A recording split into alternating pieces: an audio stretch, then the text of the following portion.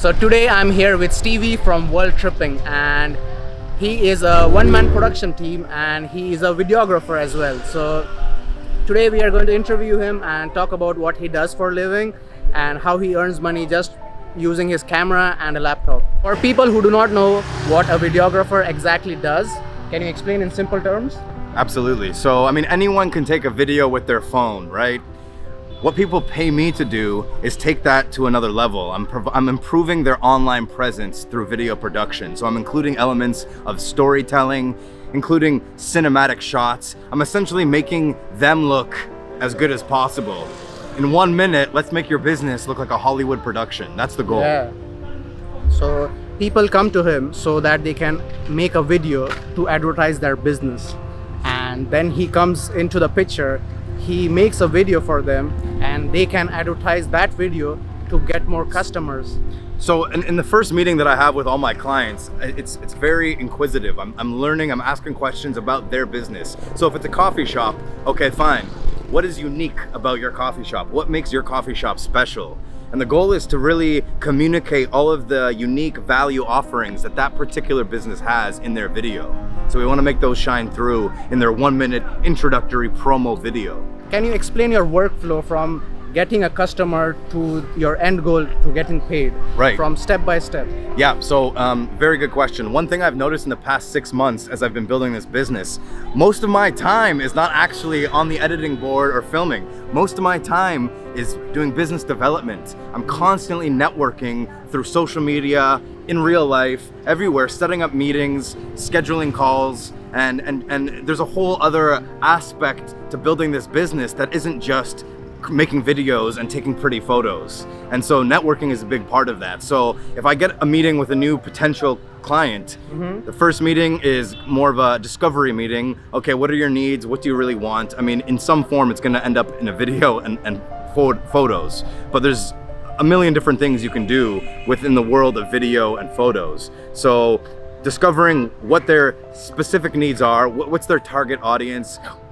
what kind of buzzwords or branding, how do they want the video to feel? What are we trying to communicate? And so once that is done, then I create a proposal, a creative project proposal, which includes everything that's gonna be tailored in the video, how much it's gonna cost. That's the big thing too, right? A lot of people have these amazing ideas for videos they want made, and they're not realistic, or they don't understand the amount of work that's involved, right?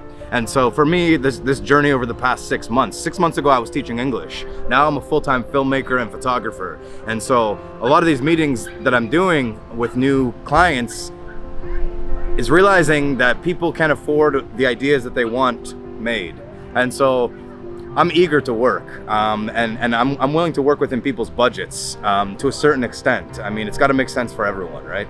Okay, so one fact he just said is his work involves a lot of networking. So not only does he make videos, he has to network a lot. By networking, I mean talking to people, going out, meeting friends, and from friends you meet more friends, and then some of those friends become your clients. So this is a very important part people do not realize about being a videographer, that you have to talk to a lot of people. When I say a lot, people don't just come to your office, hey Stevie, can you make a video for me? Yeah. Like, they don't do that. So what you said, making friends, is like so important. I'm not going out and, hey, need a video made? Hey, need a video made? It's the mindset that I've been leading with is to make friends. And in my eyes, every single person that I meet needs a video made. That's just how I view the world. And that's with this mindset. And it's not like I'm leading with a mindset of I want to make as much money as possible. And what I really love about my job now that I've created this lifestyle for myself, I'm able to connect with other growth-minded, creative individuals. And when someone needs a videographer, like there's a reason they are at a point where they need to hire someone to create beautiful video content. It's because they have something important that they need to share with the world in the most beautiful way possible. And so I get to meet these people and build and grow with them. And so now a lot of my clients that I'm signing on now, it's long term, you know, it's long term. It's not just, hey, what's up? I'll make you a video, here's some money, see you later. It's more like, okay, let's do this together. Let's grow together. Let's build Yeah. together. And so to really answer your question from before, from, you know, starting point of meeting the client to me getting paid, there's a lot that happens in between. And it comes down to pre-production, production, and post-production. And off the bat, post-production is the most time-consuming thing possible, right? So to make a 30-second promotional video, sometimes it takes up to 20 hours of me just clicking away, making it perfect, and people don't understand that. So you said your work involves pre-production, production, and post-production. Can you explain what pre-production is? Right, and so this is what separates some person with their eye, because anyone can go out and, you know, here's my business, I'm gonna take my iPhone and, you know, make a little video.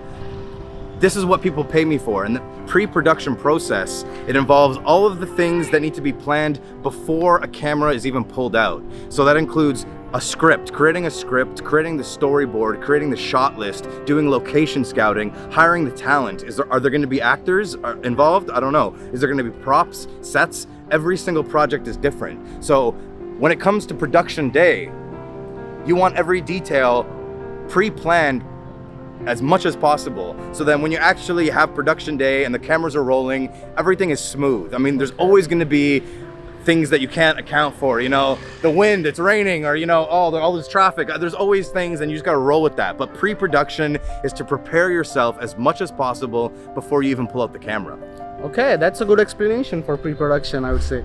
Okay, so Thank you. then comes production. So can you explain what production is, like from Yeah. getting your A-roll, B-roll, and also you will have to explain what A-roll and B-roll is in short. Right. And then so for me, like A-roll and B-roll, it's just these things that I just make sense. And I'm realizing a lot of people don't know what the fuck that means. Production is in the moment that you're actually capturing the action. It's when you're filming. It's so if we're outside of a motorbike shop right now. If this motorbike shop wanted a promotional video, I mean, there's a lot of ways you could do that, but essentially we want to tell their story. So maybe I would sit down with the motorbike shop owner and I would interview him and be like, hey, you know, John Doe motorbike shop owner, tell me who you are, what you do, and, you know, what value do you provide? What do you do? What do you do for your customers? Yeah. We'd sit him down, we'd interview him. That would be the A-roll. Okay. The B-roll would be all of the fun, cinematic, the supporting shots that help tell the story. So if the A-roll is the interview with the business owner talking about the business, the B-roll is the close-ups, you know, of the motorbike shop, of the guys drilling and, you know, scraping down the parts, and maybe like, you know, a wide shot of the business to establish it. And then, so you're kind of, for me, this video production process, it's like kind of like building a puzzle. And so on production day, you're collecting all your puzzle pieces. And then once, you know, after like 8 hours of filming for a 1-minute video, I sit down, I come back, I dump all the footage. I've got an overwhelming amount of footage, and I got a million different puzzle pieces. Yeah. Now, and that's why I love post-production. Post-production is the editing process, in short. Yeah. So now that I have all these puzzle pieces, how am I gonna build this puzzle? There's you can give the same footage to 10 different video editors and they'll make 10 different, completely different videos. So that's why I love, like right now I'm at a point where I need to grow my business and start hiring other people. I'm finding it very hard to hire editors because I don't want to delegate the editing process, because for me, that's where it really comes together and that's where the magic happens. That's how I can really put my signature touch on how I tell the story. That is true. The biggest part right now for me is I wake up every day and I'm just immediately overwhelmed. I'm like, holy fuck, I have so much to do today and there are so few hours in the day. So a lot of my day, if I'm working 16 hours a day, 12 hours is not even doing creative stuff. I'm like, you know, answering emails, DMs, Facebook messages, Facebook messages, WhatsApp messages, DMs on Instagram, setting up meetings, like all this admin kind of stuff that I don't really like. It's stressing me out. So I've hired an assistant to delegate some of the admin so I can kind of take back control of my day and spend more time doing the stuff that I really love. A lot of people think that making a video is very easy, like, you know, like I find it very funny, like, you know, how easy people think, like, because they have iPhones and all these things out there. So when you actually edit, how much time do you spend on one project? Let's say you are making a video promo for 30 seconds. On average, how many hours or days do you spend on one video? So it can vary depending on a lot of things, but an example, I made a 34-second promo video for the Hanoi Sunday market here. And essentially I showed up, I shot for a few hours, I had a bunch of footage capturing the vibes. It's a Sunday market, outdoor, people drinking beer, blah, blah, blah. That 34-second video took me 12 hours to edit. And Wow. I mean, it's because, like, when you look at it, it's every frame, every second, there's a lot of attention to detail that has to go in and how you bring it together. And there's a lot of things. So from an editing standpoint, first, you have to organize and label all of your footage. You want to be as organized as possible. When you come back from a shoot and you dump all your footage and you have, say, 4 hours of footage, it's overwhelming to go through all of that. So I've developed this process where the first thing I do is review, watch the footage, mark which moments in each clip are the most cinematic, and label it. So I have a system now, so if I need to find a certain clip, it's very easy to do that. I'm not like spending 20 minutes looking for one clip, Yeah. So organizing, reviewing, and labeling the footage is step one in post-production. Step two is creating the sequence. Really, starting to build the story. Now it's like, okay, clip A, clip B, and so that's the beginning of the skeleton. And then once that's kind of the heavy lifting. Once that's together, you're not done. Like, you really gotta to polish it and to make it professional. There's a lot of things from cutting the story and cutting the clips to the final product. And after that, the main things are adding effects. So that could be speed ramping, transitions, a whole bunch of stuff to make it look pretty. And then sound design is one more thing that I've really been focusing on lately. Yeah. And that, if done properly, the viewer doesn't even really notice it's happening. You've done it well, and you're adding all like 30, 40 different sounds. Like, it could be like leaves crinkling blah, on the ground. It could be like wind or birds chirping, or depending on your environment of which you shot the video. Sound design is a very tedious process. It takes a lot of time, but really amplifies the final Product. Exactly. And Yeah. so color grading comes after that for me. And that's, when you shoot a video, it looks a certain way. For it to look professional and cinematic, there's certain things you do with the colors, and it's called color grading. And that is the kind of final touch, the final cherry on top that ties it all together and gives it that beautiful Hollywood kind of, Cinematic feel. Exactly. Okay. So the next question we are talking about is, does gear matter? And this is a question which a lot of YouTubers you might have seen, they debate or argue about this. And a lot of people say that gear does not matter. Storytelling matters more. So today we are talking to Stevie about it. And personally, my opinion is that gear does matter a lot, because without gear, you can't really do a lot. So let's get his opinion on the matter. This is a classic debate, and I've heard a lot of different thoughts on this, and Casey Neistat and a lot of famous vloggers will say that gear doesn't matter, the story is the most important. And I agree with that. And you can do a lot with this. I mean, at the end of the day, the story is the most important thing. How you tell the story is the most important thing. So in terms of context, if I'm doing an Instagram story or making a video for my friend, if I want it to be a good video, the story has to make sense. It has to be meaningful, engaging, inspiring. There's a lot of, depending on what you're trying to do. In the context of a business professional, a creative professional, is a business hiring me to make them a professional video? Gear does matter. So there's a quote like, a craftsman is only as good as his tools. Yeah. And I'm realizing that, I upgraded my gear recently and my videos are looking much better. And so it's not so simple, right? It's not a yes or no, black and white kind of answer. Yeah. I felt a lot better making videos when I bought this lens, and I have a gimbal I use it on, and every single thing I have bought has upgraded my videos. So I truly believe that of course you have to be capable, you have to upgrade your own skills. Getting the most expensive camera is not the right answer. If you can figure out how to use the gear, then gear does matter for me. Okay. Agreed. Yeah, definitely. I'm just imagining, some 8-year-old kid with a $3,000 camera. Yeah. You're not gonna get a good video, No, right? No. But if you have a professional videographer with an iPhone, you're gonna get a really nice video. So if you were actually to just like answer the question, like, you know, what's more important, storytelling or gear? I think storytelling is more important. Okay. So one of the things, like, a lot of people think that you get a camera, you watch a bunch of YouTube videos, and that's it, you are a videographer. That is not true. I got my camera, like, it's been 2 years, and even I can't call myself a professional right now.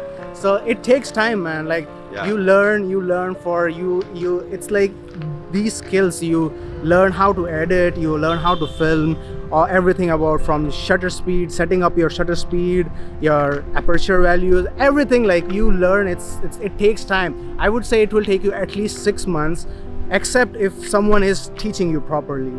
So if you're doing it yourself, give yourself like at least a period of 6 months to properly learn videography. It's been 2 years. You know, so I used to work in finance in Toronto, trading stocks, you know, wearing a suit and tie. Didn't know a thing about filmmaking.